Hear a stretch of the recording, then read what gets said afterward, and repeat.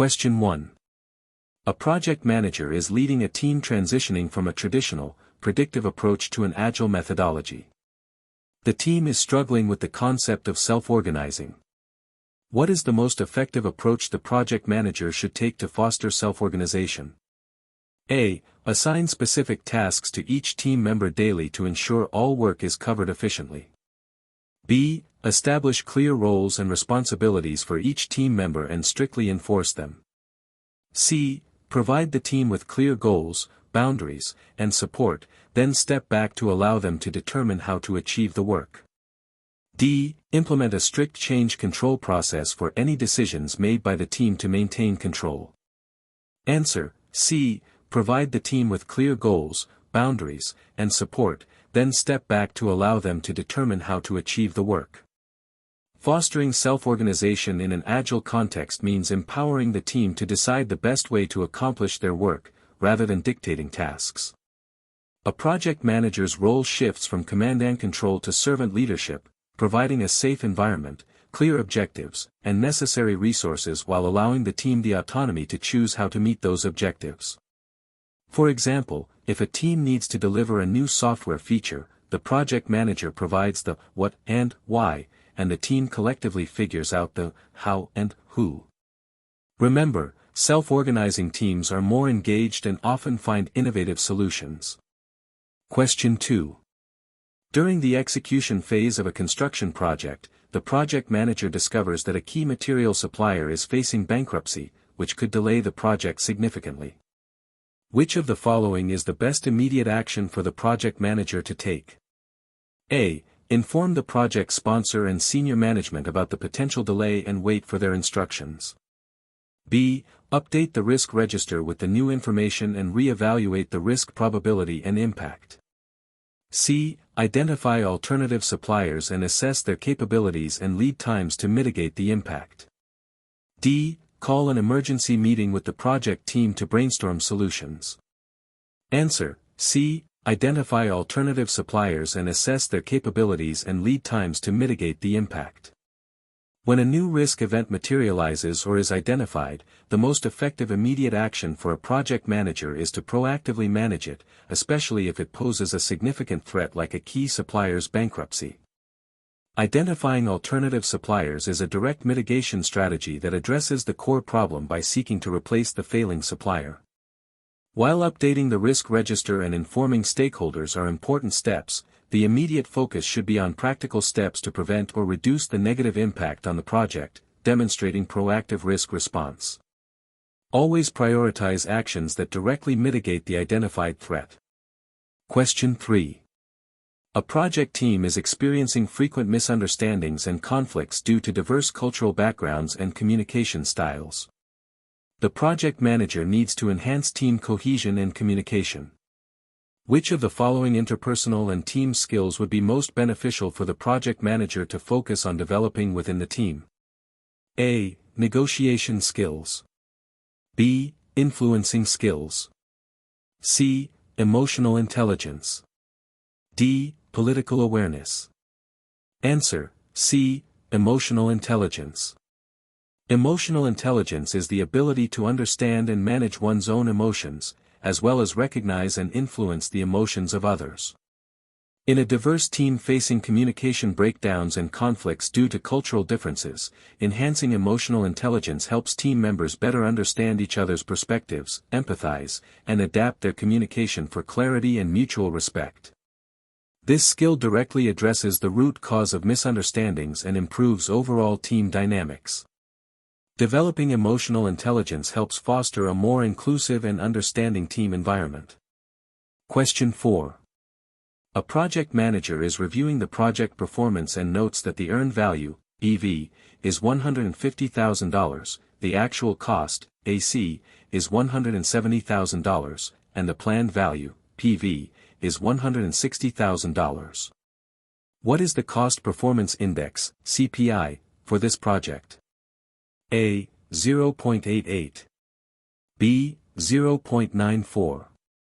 C. 1.06. D. 1.13. Answer: A. 0.88. The Cost Performance Index, CPI, is a crucial earned value management, EVM, metric that measures the cost efficiency of the project. It is calculated by dividing earned value, EV, by actual cost, AC.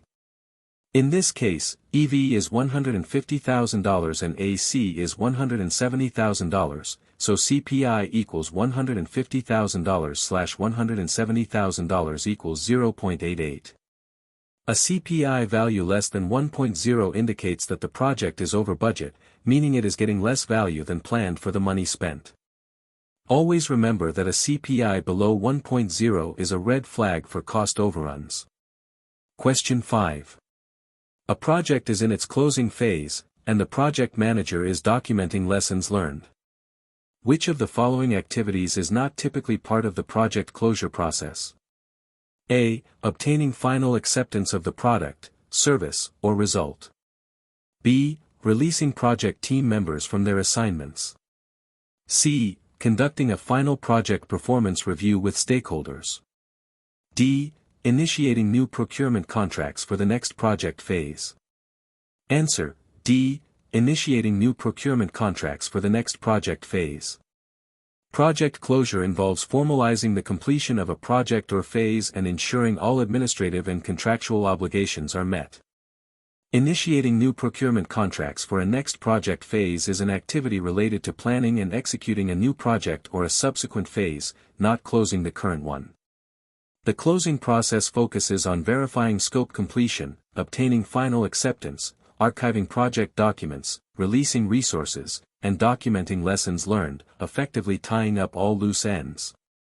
Remember, project closure is about completion, not continuation. Question 6. The project team is frequently making changes to the product backlog throughout the iteration, leading to confusion and missed commitments. What is the most effective approach the Scrum Master should suggest to address this issue? A. Implement a strict change control board to approve all backlog modifications. B. Remind the product owner that the backlog is frozen once an iteration begins. C. Facilitate a discussion with the product owner and team to emphasize backlog refinement and stable sprint goals. D. Increase the length of iterations to allow for more flexibility in backlog changes.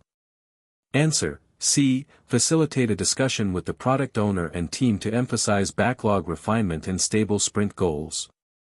In Agile, particularly Scrum, the product backlog is a living artifact that can evolve, but the sprint backlog, the work selected for an iteration, should remain relatively stable to allow the team to focus and deliver. Frequent changes during an iteration suggest a lack of sufficient product backlog refinement or unclear sprint goals. The Scrum Master's role is to coach the product owner and team on the importance of having a well-refined backlog before sprint planning and setting stable, achievable sprint goals, which provides clarity and reduces mid-sprint changes. This approach empowers the team to solve the underlying process issue rather than imposing rigid rules. Question 7.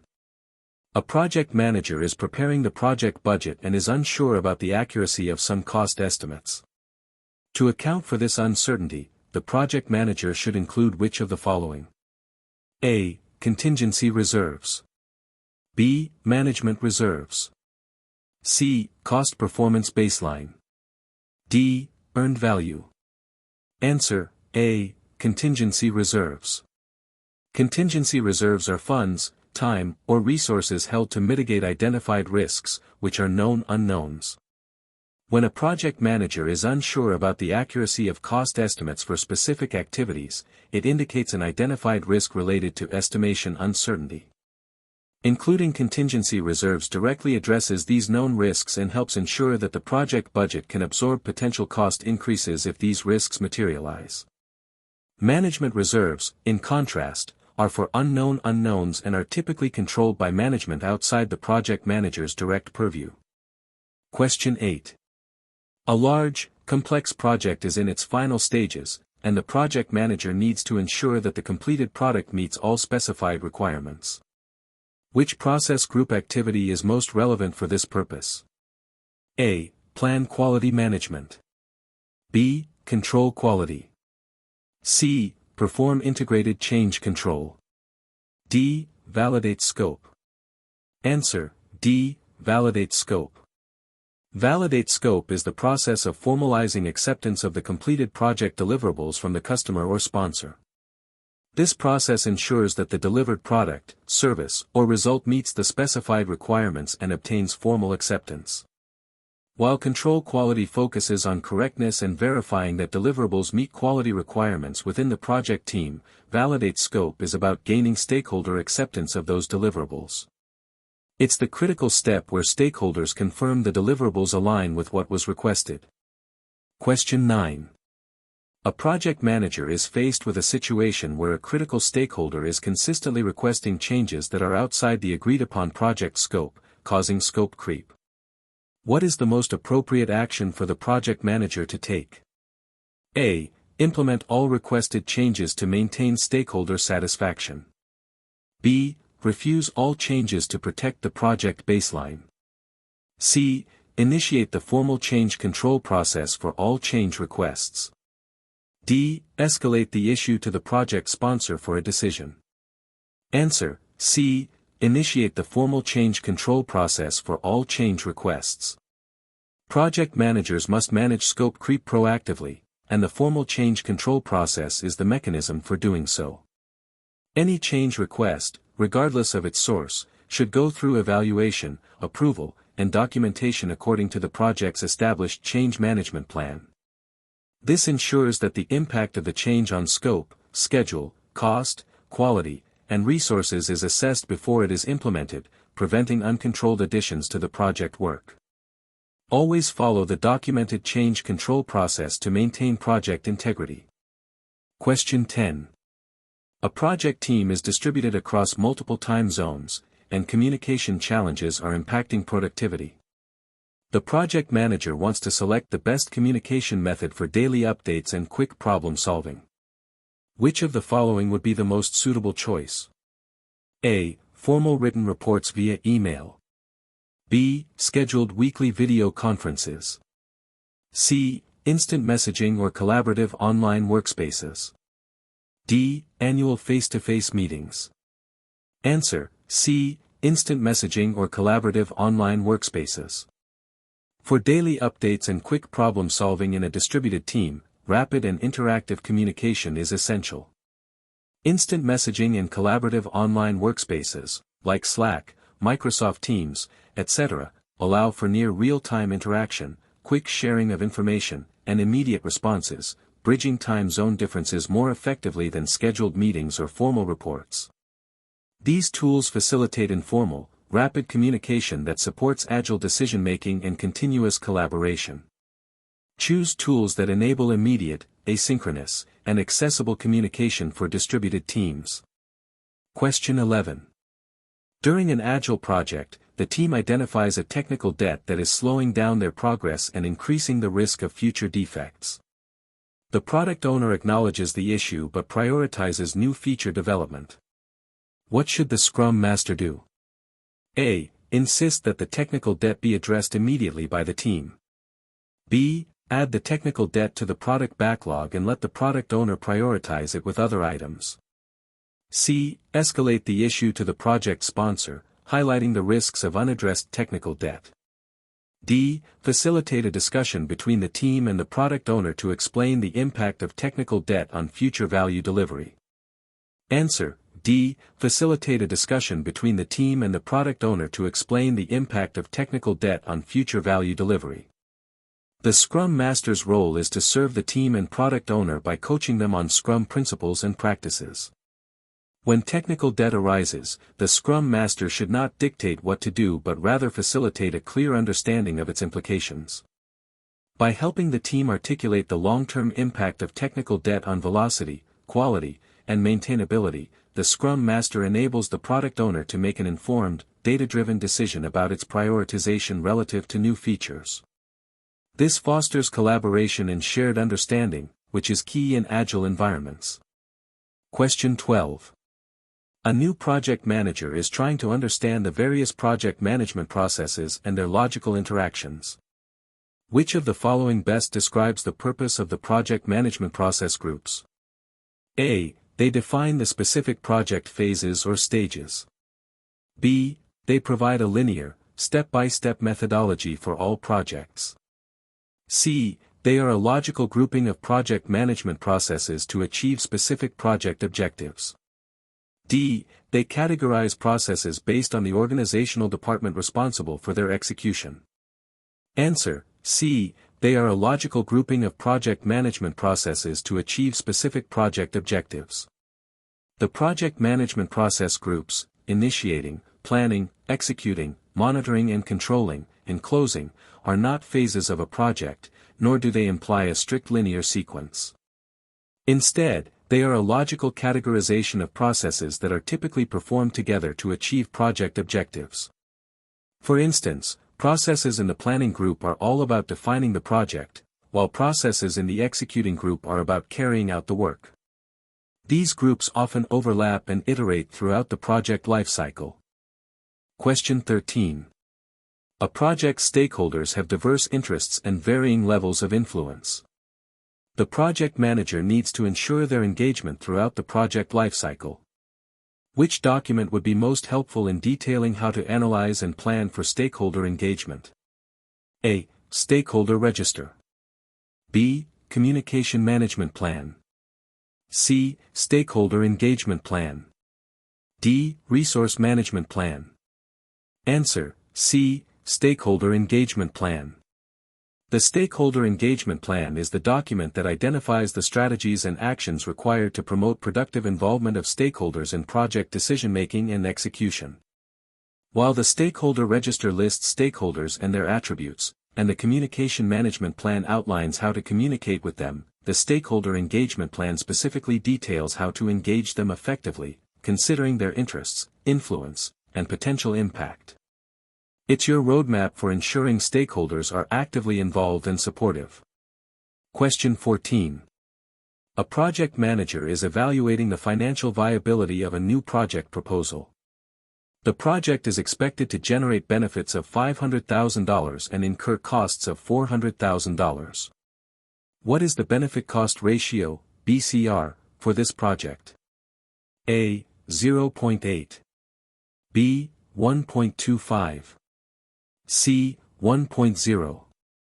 D. 2.0. Answer: B. 1.25. The benefit-cost ratio, BCR, is a financial metric used to compare the benefits of a project or investment to its costs. It is calculated by dividing the total benefits by the total costs. In this scenario, the benefits are $500,000 and the costs are $400,000, so BCR equals $500,000/$400,000 equals 1.25. A BCR greater than 1.0 indicates that the benefits outweigh the costs, making the project financially attractive. This ratio helps determine if a project is a sound investment. Question 15. The project team has completed a deliverable and is awaiting formal acceptance from the customer. Before this acceptance, the project manager needs to ensure the deliverable is verified for correctness by the performing organization. Which quality process addresses this internal verification? A. Plan quality management. B. Manage quality. C. Control quality. D. Validate scope. Answer: C. Control quality. Control quality is the process of monitoring and recording results of executing the quality activities to assess performance and recommend necessary changes. It is an internal process focused on ensuring that deliverables are correct and meet the specified quality requirements before they are presented to the customer for formal acceptance. This process often involves inspections, measurements, and tests to verify the accuracy and completeness of the work. Think of control quality as checking the product internally before showing it to the client. Question 16. A project manager discovers that a crucial hardware component for their project is experiencing significant production delays from the vendor. This delay was not identified in the initial risk assessment. What type of risk has occurred? A. Known risk. B. Known unknown risk. C. Unknown risk. D. Residual risk. Answer: C. Unknown risk. An unknown risk refers to risks that cannot be identified during the initial planning phase because they are unforeseen and unexpected. Since the production delay was not identified in the initial risk assessment, it falls into this category. These risks are typically managed with management reserves, rather than contingency reserves which are for known unknowns. Such events highlight the need for continuous risk monitoring and adaptive planning throughout the project lifecycle. Question 17. The project sponsor has requested a major change to the project scope midway through execution, which would significantly impact the schedule and budget. What should be the project manager's first step in responding to this request? A. Decline the request immediately as it will cause scope creep. B. Implement the change as requested by the sponsor. C. Conduct an impact analysis of the change on the project baselines and overall objectives. D. Call a meeting with all stakeholders to get their consensus on the change.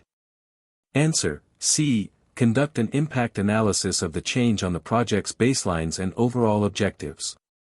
When a significant change request arises, especially one from a critical stakeholder like the sponsor, the project manager's first responsibility is to understand its full implications. Conducting an impact analysis involves assessing how the change would affect the project's scope, schedule, budget, quality, resources, and risks. This analysis provides the necessary data for informed decision-making, allowing the project manager and the change control board to evaluate the request thoroughly before approving or rejecting it. Always assess the impact before making a decision on any significant change. Question 18. In an Agile environment, the team is struggling with frequent interruptions and external requests during the sprint. This is affecting their ability to meet their sprint goal. What is the primary role of the Scrum Master in this situation?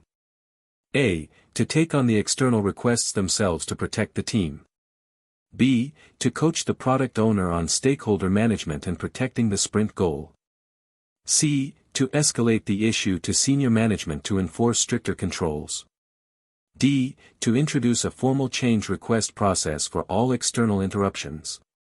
Answer: B. To coach the product owner on stakeholder management and protecting the sprint goal. The Scrum Master acts as a servant leader and coach for the team and product owner. When external interruptions threaten the sprint goal, it's a breakdown in stakeholder communication and product owner's responsibility to shield the team.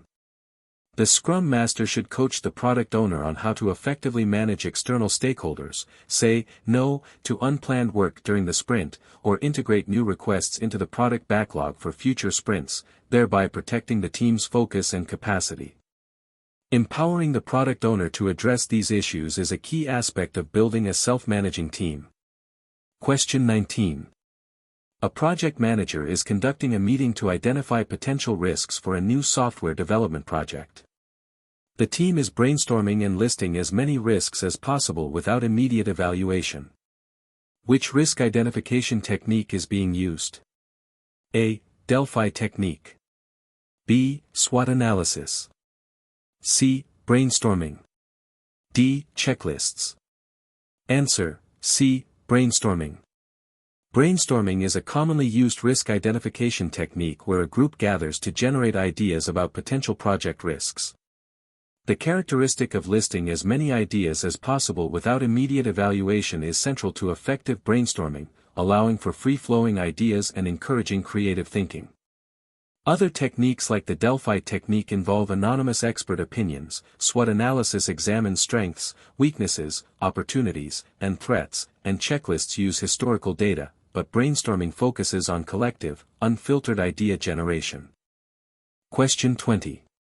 A project manager is determining the best sequence of activities and identifying the critical path. The activities and their dependencies are as follows.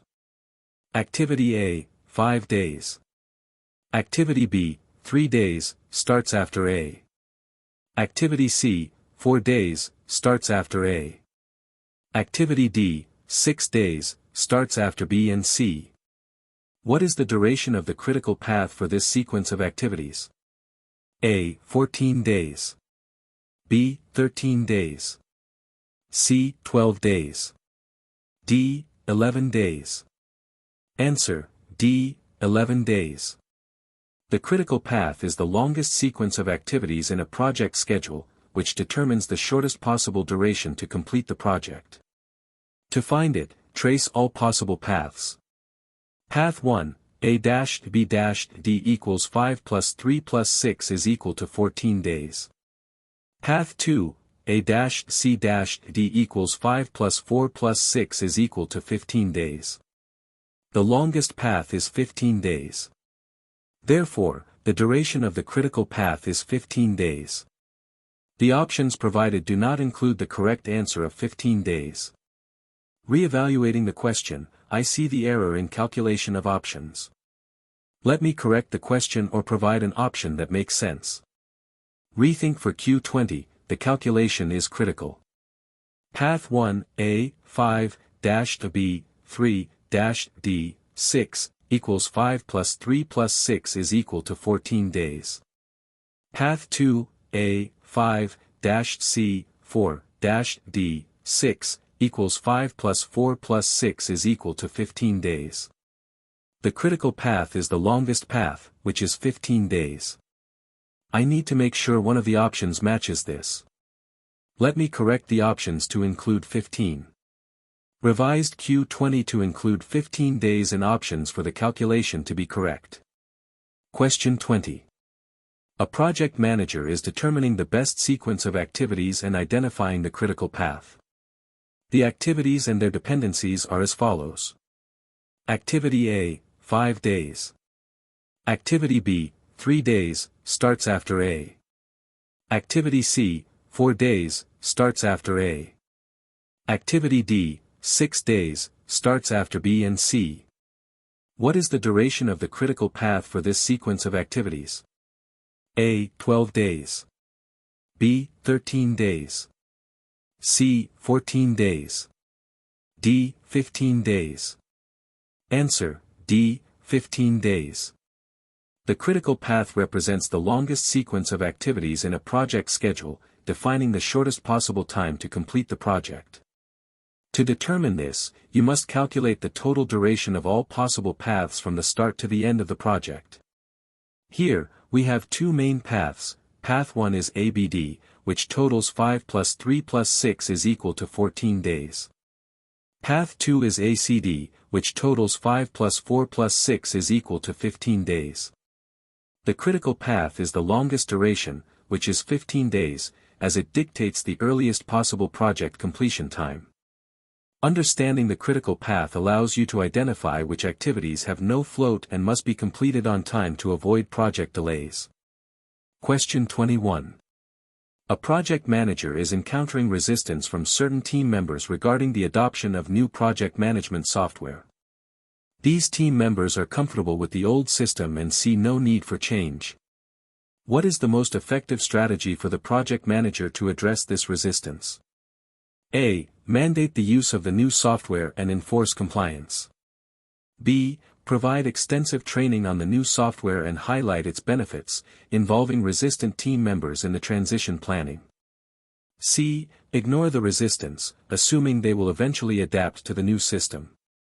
D. Revert to the old system to maintain team morale and productivity. Answer, B. Provide extensive training on the new software and highlight its benefits, involving resistant team members in the transition planning. Managing change effectively requires understanding and addressing resistance. Mandating change without addressing underlying concerns can decrease morale. The most effective approach is to engage the resistant team members by providing comprehensive training to address skill gaps and clearly articulating the benefits of the new software, linking it to their specific tasks and overall project efficiency.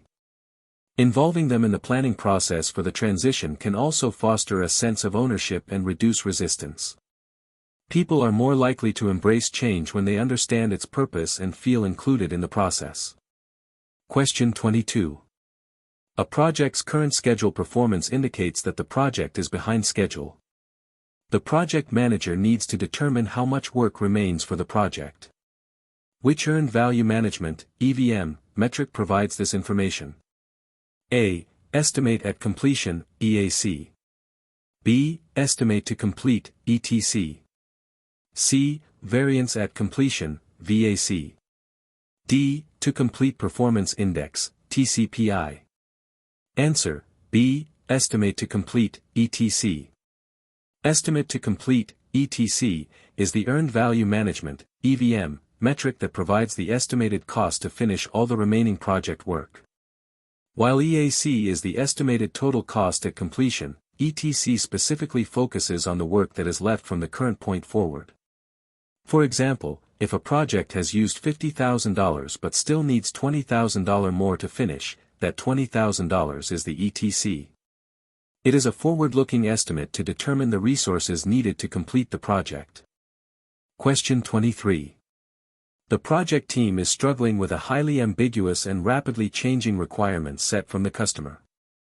The project manager has tried traditional predictive methods, but they are proving ineffective. Which project lifecycle approach would be most suitable for this situation? A. Predictive life cycle. B. Iterative life cycle. C. Incremental life cycle. D. Agile life cycle. Answer, D. Agile life cycle. An agile life cycle, which encompasses iterative and incremental approaches, is best suited for projects with high ambiguity, high change, and evolving requirements. Unlike predictive life cycles that aim to define scope upfront, Agile allows for flexibility and adaptation throughout the project. It delivers value frequently in small increments, incorporating feedback loops to adjust to changing needs, which is ideal when requirements are not fully understood or are expected to change frequently. Embrace Agile when faced with uncertainty and a need for continuous adaptation. Question 24. A project manager is facilitating a retrospective meeting for an Agile team. Which of the following is the primary goal of this meeting? A. To prioritize backlog items for the next sprint. B. To review the completed work and demonstrate it to stakeholders. C. To inspect how the last sprint went with regards to people, relationships, processes, and tools, and identify improvements. D. To plan the tasks for the upcoming sprint. Answer, C. To inspect how the last sprint went with regards to people, relationships, processes, and tools, and identify improvements. The retrospective is a key Agile event, specifically in Scrum, focused on continuous improvement. Its primary goal is for the team to reflect on the past sprint, identify what went well, what could be improved, and what specific actions they will commit to implementing in the next sprint to enhance their effectiveness. This fosters a culture of learning and adaptation within the team. Remember, the retrospective is about process improvement, not product planning or review. Question 25. A project is experiencing delays due to resource unavailability. The project manager identifies a key team member who is currently working on another high-priority project. To resolve this, the project manager needs to communicate with the other project manager to negotiate resource sharing. Which interpersonal skill is most crucial in this scenario? A. Facilitation. B. Team building. C. Negotiation. D. Active listening. Answer, C. Negotiation. When a project manager needs to secure resources that are shared or in demand by other projects, negotiation skills are paramount. Negotiation involves discussing and reaching an agreement with other stakeholders, such as other project managers or functional managers, to acquire the necessary resources for your project. This often requires finding a mutually beneficial solution, understanding the other party's constraints, and advocating for your project's needs. Successful negotiation helps ensure your project gets the resources it needs without alienating other teams or stakeholders.